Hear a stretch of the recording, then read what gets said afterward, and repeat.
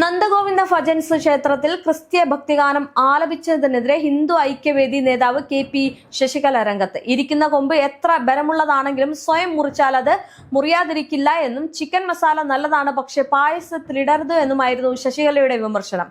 ഇതുവരെ അവരെ ആരും അഭിനന്ദിച്ചിരുന്നില്ലേ? 10,000 മണിക്കൂറുകൾ അവരെ കാത്തിരുന്നത് നിന്ദിക്കാനായിരുന്നു എന്നും ചെറിയ പ്രവാഹം അരുവിയാണ്, തോടാണ്, പുഴയാണ്, അവയൊക്കെ ഭൂമിയോടും ജീവജാലങ്ങളുടെയും ദാഹം മാറ്റാനും മനസ്സും ശരീരവും കുളിപ്പിക്കാനും ഒക്കെ നല്ലതാണ്. പക്ഷെ പ്രവാഹത്തിന് ശക്തി കൂടിയാൽ അത് പലതിനെയും ഒഴുക്കിക്കളയും.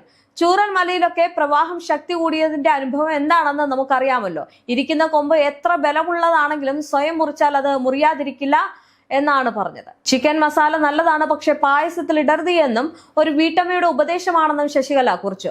ക്രിസ്തീയ ഭക്തിഗാനം ക്ഷേത്രത്തിൽ ആലപിക്കുന്ന നന്ദഗോവിന്ദ ഭജൻസിന്റെ വീഡിയോ സാമൂഹിക മാധ്യമങ്ങളിൽ വൈറലായിരുന്നു.